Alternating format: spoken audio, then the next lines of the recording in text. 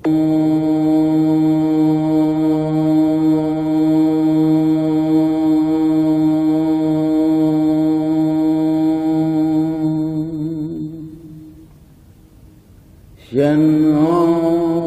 मित्रस्यं वरुणः शन्नो भवत्पर्यमा शन्न इन्द्रो बृहस्पतिः शन्नो विष्णुरुक्रमः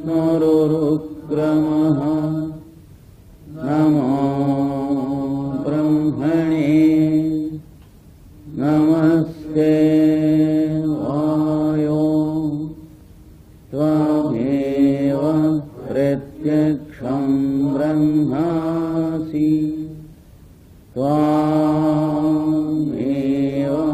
प्रत्यक्षं ब्रह्म वदिष्यामि ऋतं वदिष्यामि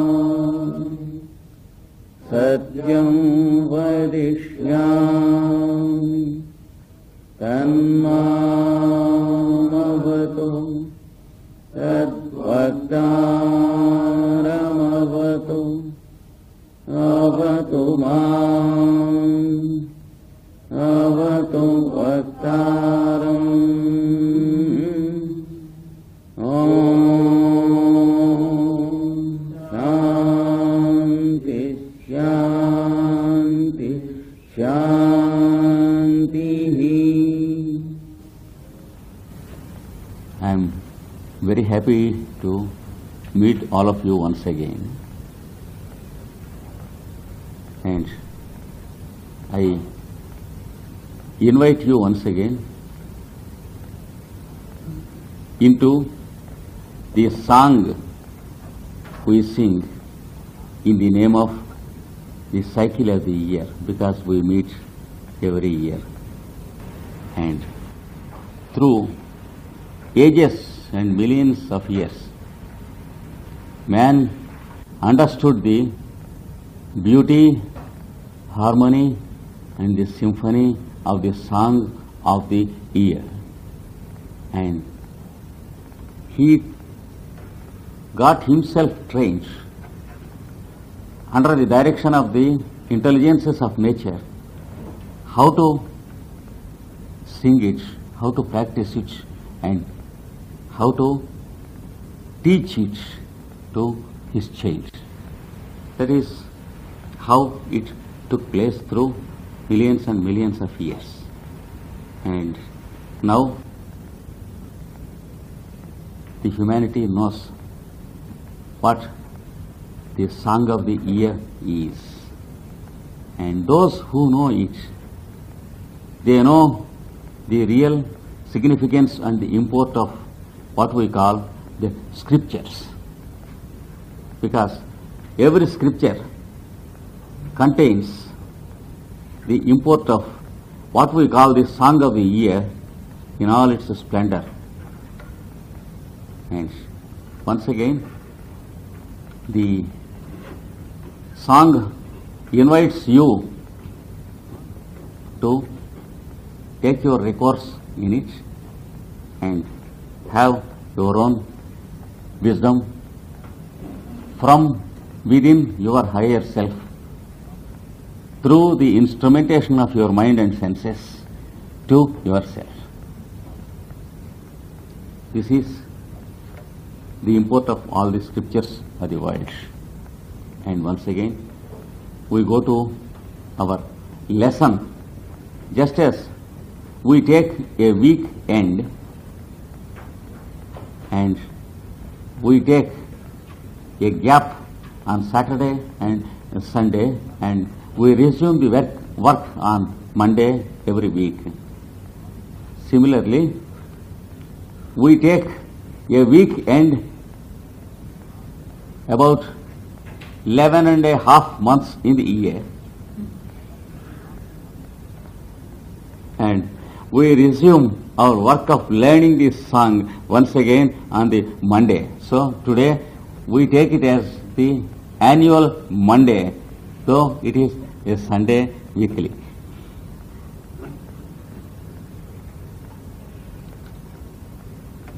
course, it is continuous. Though we remember it or not, it remembers and it continues in the form of our respiration and in the form of its producing our consciousness, which in its turn produces our mind. And then only we are capable of thinking and knowing and trying to do something. So we have a higher existence which manifests, and we have a lower existence which is made to manifest in the form of each of us. So let us, the lower form of consciousness, that is the individual self, try to know the higher self, that which is the background of everyone. That is the import of the mantra which we were singing, that is the Gayatri. It is, let us embrace the light which gives us the spur or the stimulation to the buddhi and the mind and the senses. That is the import. With this, we try to recollect where we were last year in our lesson. I think we were trying to learn some things from a lesson called the Purusha Sukta last year. That was the name of the lesson we were having last year. If there happened to be newcomers who did attend last year, and those who want to continue throughout the course, I think there will be about 10 or 12 days course this year, if I am correct, is it? We have a 10 or 12 days time now this year. Yeah, 10 days. So we have a 10 days course of the scriptures and their symbolism, especially the 7 keys to know the scriptures. I think we read a little introduction for the newcomers who want to attend all the 10 days. And also the same introduction is needed for the people who attended last year. It may serve them as a sweet and a green recollection of what they had last year. Let not the introduction take a long place, but I think it needs at least one class introduction to recapitulate where we were last year. The Purusha Sukta was a selection taken from the text called Rig Veda. I told you the word Veda indicates wisdom. Here is the root. Vid means viz, the same root, that is to know and to realize. So the texts of the Veda give us what we can call wisdom. There are 4 Vedas, if you remember, Rig Veda, Yajur Veda. So there are 4 volumes of ancient Vedic scriptures. It does not matter much if they have 4 volumes or 40 volumes, but there is an inner significance of these 4 which does not belong to the volumes but to something else. The word Rig Veda means wise, uttered. The word Yajur Veda means some plan or work executed. And the word Sama Veda means, the word Atharva means lower wisdom. The word Atharva means lower. In short, if we speak out something, we have our voice. Whenever we speak out something, we have something to explain or learn or do. Without any meaning or significance, no one goes on speaking something. We mean something, we want to explain something, or we want to listen something or receive something. That is what is called the plan, which we call the meaning of a sentence generally, and also the subject of our conversation. And if we read a book, that is what we call the material of the book, or the import of the book, what the author means, his idea, his thought. So you can understand all those things also as idea. You know what respiration is. Having followed Patanjali for a long time, of course we know it from the birth, but we do not know that we know it until we read a book like Patanjali. So it is respiration. And then we have an intelligence which works for the day-to-day application. With it, we do the professional activity. We meet each other. We go to the office. We come home. We get educated. We get married, and we get children. We purchase houses and furniture, and we do equipment, all those things. That is what is called the lower wisdom, or what we call the worldly wisdom. We can scientifically call it the applied aspect of wisdom. Wisdom applied to the changing world or the temporary values. I think I am clear. Where do these four things exist? Do they exist in a book or in yourself? They exist in every one of you. So, you are called the original textbook of the scripture. And if some book teaches you, it is called the copy. That is how the scriptures explain it. You remember that in the book Isis Unveiled, or the Secret Doctrine, written by Madame Blavatsky, she says, there is only one book in existence for the present. One copy of it is in existence. She speaks about a scripture, and she says there is only one copy of it now in existence. She means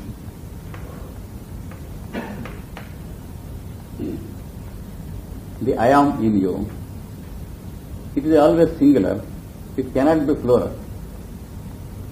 So the consciousness in you is called the scripture that is existing in this world in the form of yourself. That is called the one copy. She says you can get only one copy now for the present.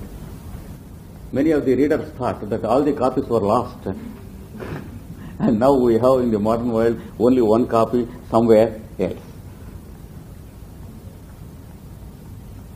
And she also says that one copy is, for the moment, concealed in cave temples.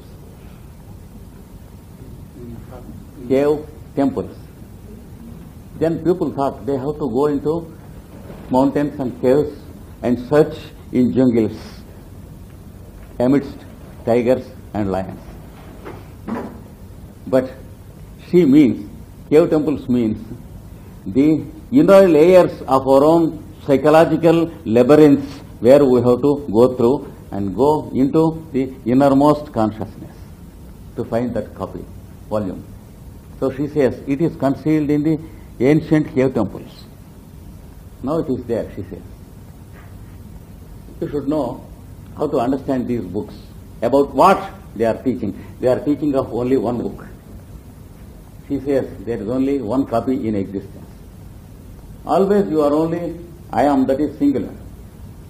In the ancient days also, they say this is the scripture. In Sanskrit, aham means I am. So in yoga, another thing is also added.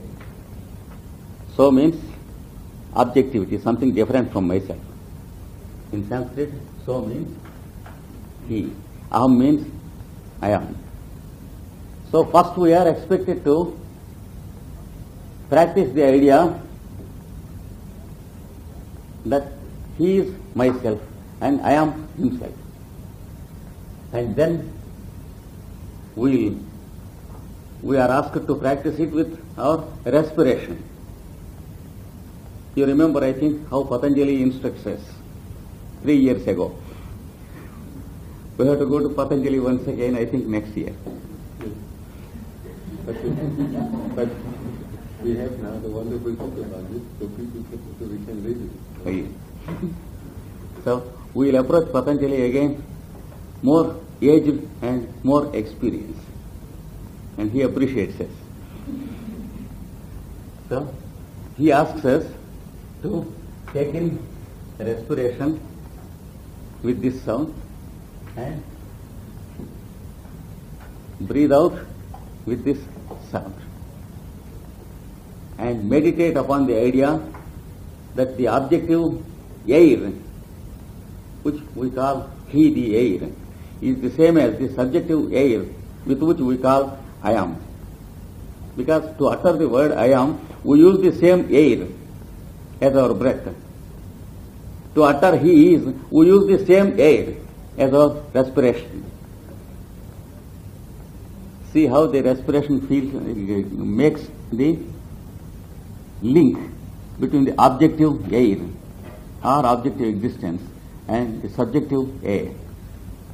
So these are called the original forms of the scripture. And again Patanjali says, when we do it for a long time, you will understand the one who is existing commonly. That is, the consonants will be dropped off, and only you will have one mystic sound in you.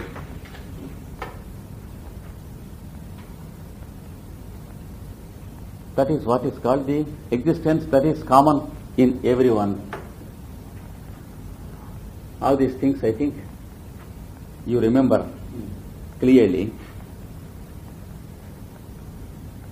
So with that basis, we try to understand the meaning of the scripture. Scripture never means any book existing anywhere or any book written in any religion, but all scriptures that are followed by the various religions, they mean the same book. Whenever any book is written about this one existence, it is called a scripture. If a book is written about something else, it is called an ordinary book. This is the difference between a scripture and an ordinary book. So, what are we talking about here? We are talking about a book of wisdom which is there in you, not outside. So that's the esoteric or the original meaning of the word Veda.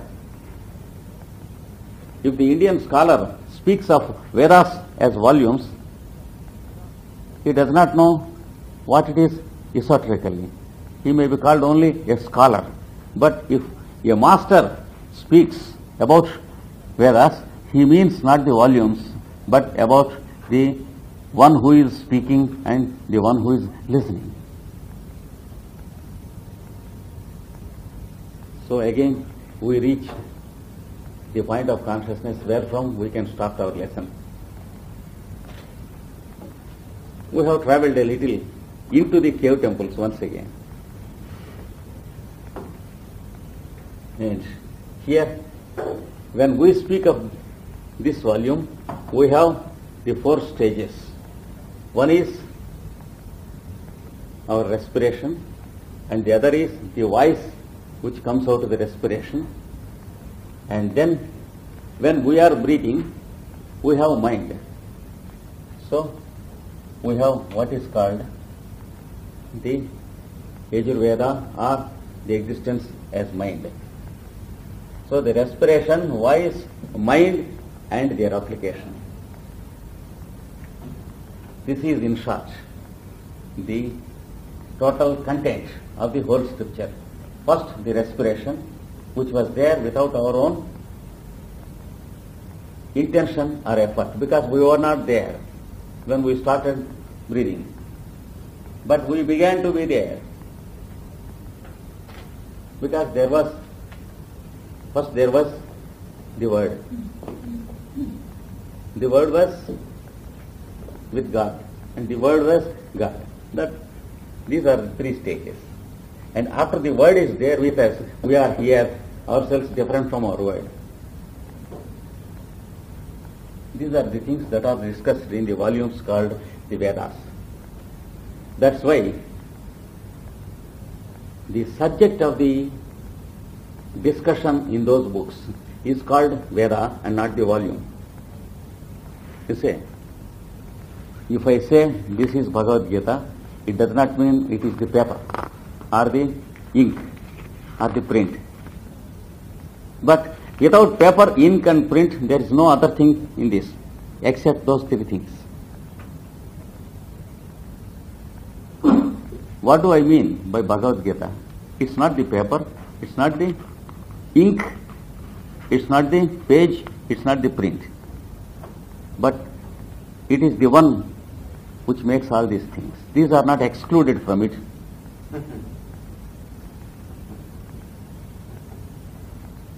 That's how you have to understand the word Veda. Every book you find is the same. If you say this is a history textbook, you don't find history on the paper, on the ink, but you find history for which the book was printed. Like that. Every book contains these two parts, though we don't understand it. We don't remember it. Is it clear or something hysterical?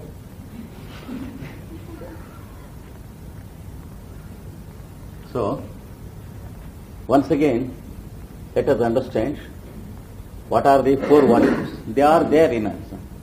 One is our respiration, another is the voice that is produced through the vocal cords, and the third is the mind that works, that plans for everything, and the fourth is the result, that is our lower existence in this mundane objective world. These are the four volumes, or the four topics that are to be studied in the name of scriptures. So this is the esoteric aspect of the four volumes.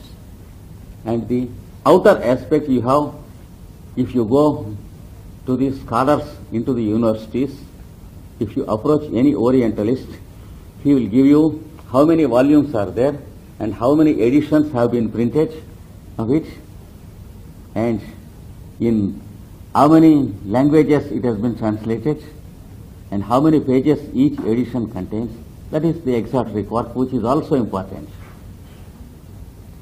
But if you stop with it, there is no significance. Just as if you stop with eating, drinking, sleeping, wakening, and eating, drinking, sleeping, then there is no significance for you to be born as a human being. If I sleep, eat, drink, produce children for about 50 years and die, and if anyone were to speak what I have done as a human being, there is nothing. So this is not the activity that is intended. Something more is intended. Therefore, we are expected to go into the next step. This is the reason why we are asked to read the scriptures. So too the Vedas. And the Vedas we have these 4 volumes also in the exotic sense, that is outer world. We have a volume called Rig Veda, which deals with the production of the voice, how the voice is produced, how the sound becomes objective to the ear, what's the relationship between the voice and the ear, what is called the phenomenon of hearing, etc. And we have the Samaveda, that is how the respiration is produced when we didn't know that we were to breathe. We were not knowing that we have to breathe, but we started breathing. How it started, etc., will be found in the volume Samaveda. And how music exists before we existed, and how music begins to make pulsation in us, how the pulsations take place in us, and how we begin to receive the pulsations as our respiration. So it is about music. The music which produces us, our respiration and our sound, and also the music which we try to produce later in what we call the music, the sound, the symphony, etc. So there are 2 different stages of music that are described in the scriptures. One is the music that produces us and the music that we produce. That's why one mystic passage from the Vedas describes that the ancient thinkers produced Rig Veda from Samaveda.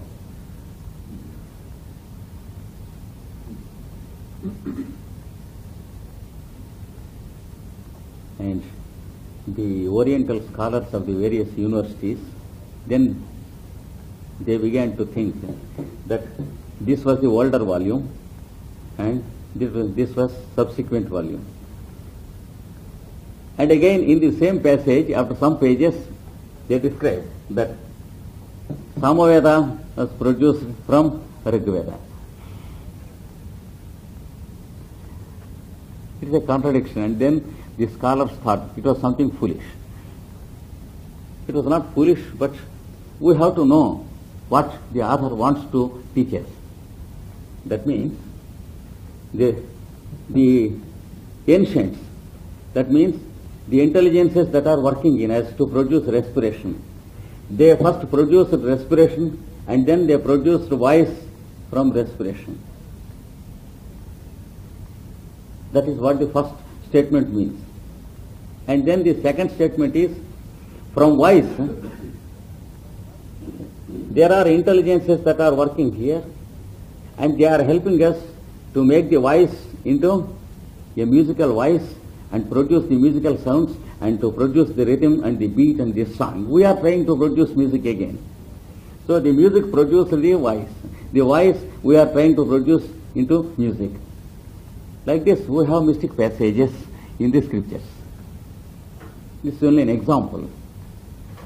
And then we have another volume, Yajurveda, which deals with the origin of the mind and origin of objectivity, how it works, what is mind, how it is produced, etc. And then the 4th volume, that is called the applied wisdom. For example, the ancient applied sciences like Ayurveda and politics, administration, economics, finance, etc. They are the subjects dealt with in the Atharva Veda. This is a rough idea of the content of the 4 volumes of the Veda.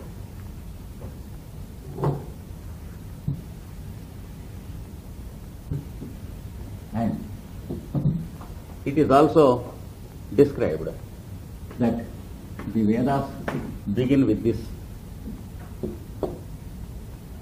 and they end with this.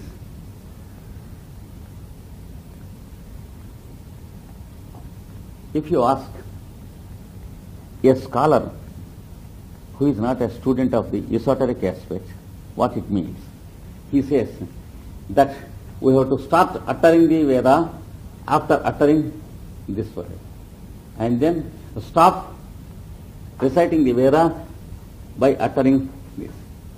You ask him why, he says it is the custom. No better answer except he says it is the custom of the day. In our regional language, which we call Telugu, custom means a difficulty.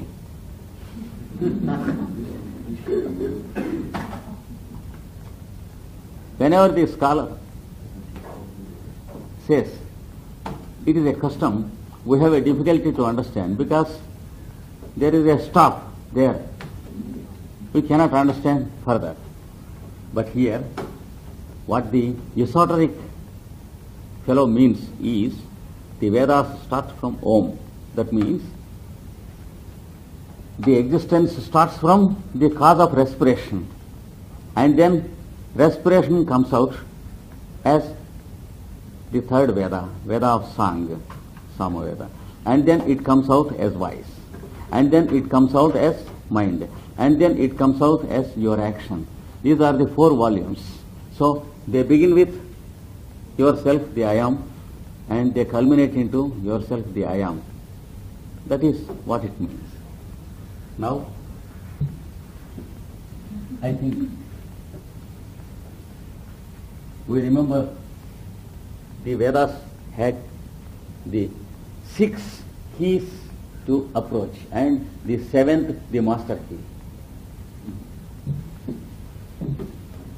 In the secret doctrine, our friends here do not know about it was explained. In one full lecture I explained, and I have a clear evidence because I have, yes, in 3 full lectures I explained, and I have notes typewritten from my tapes by Ruth and sent to me. I have the copies with me here.